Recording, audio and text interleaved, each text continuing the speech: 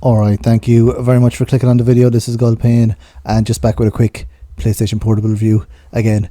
I've been picking up a lot of PSP games. It's my sort of like console of choice, handheld console of choice to collect for at the moment, and I'm just loving the PSP. So many like awesome games that I missed.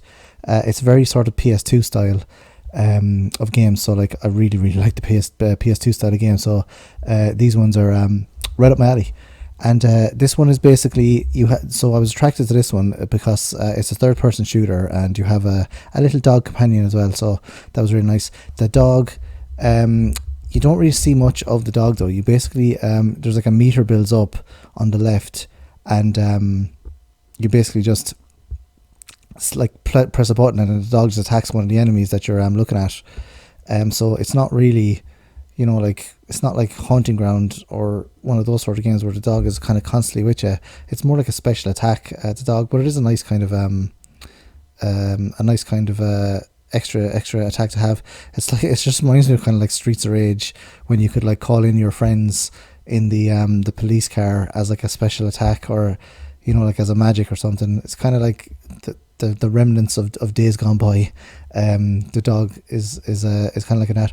But yeah, so this one was developed by Rebellion Developments and published by Namco. So when you see Namco on the well, whenever I see Namco on the the box or the screen when they're telling me who developed it, you expect kind of a good quality game, and this is a good quality game.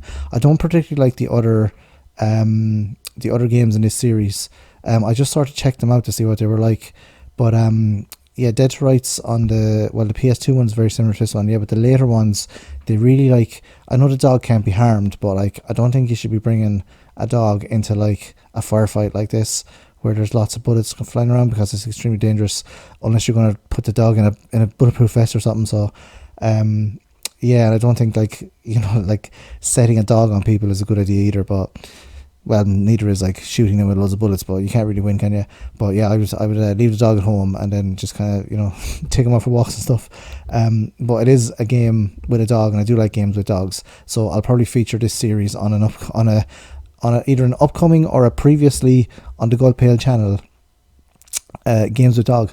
So this one, you're basically a detective, or a policeman, and you don't take no crap from no one, and you've got 24 hours or you're off the case.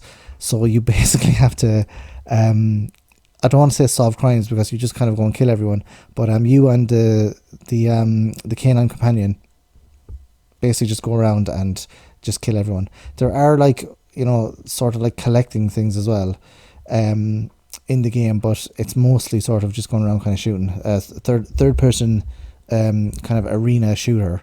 So you seem to have to go to a specific place and then kill all the bad guys and then move on to another place. And then the levels are sort of like kind of arena based as well. I don't know how to describe that sort of game. There's a few different sort of games that are like that, where they're sort of like arenas. So you have to go in and kind of kill everyone, and then basically you can't get to the next bit until you kind of kill all the people in it. But anyway, it's a good kind of it's a trope that's been in a lot of games that I've played anyway. And it's sort of like Devil May Cry, but it's kind of hidden a lot. It's hidden in a lot of games really well, where you have to go to an arena and then kill everyone, and then go to the next sort of arena or the next kind of boxed in location or walled in location, as opposed to kind of the more modern kind of open world games. I prefer the more open world games where you can actually run away from the, if you're getting like slaughtered, you can actually run away from the attackers, as opposed to having to kill them to get to the next bit. So yeah, the caveat, or the gimmick in this game is the dog. The dog's name is Shadow, and it's supposed to be a wolf dog, and it is the officer, because he's in the canine unit, or it's the partner of the police officer, which is called Jack Slate, and I believe it's the same guy in I'm not overly familiar with the Dead to Rights games. I'm just basically, what I'm doing is I'm trying a load of PSP games, and hopefully one of them can be my new favourite game, but I haven't found that yet. Maybe Final Fantasy Tactics, I'm not sure yet, but yeah, I'm just trying a load of new PSP games, and this one is a very reasonably priced game, and it's actually not that bad. I just love the kind of the PS2 style of games, where the graphics aren't amazing, you can still kind of tell what it is, but they're not like really super realistic either, and it's kind of, there's a lot of with the PSP and the PS2, there's a lot of kind of experiment with games, or experimenting with play styles.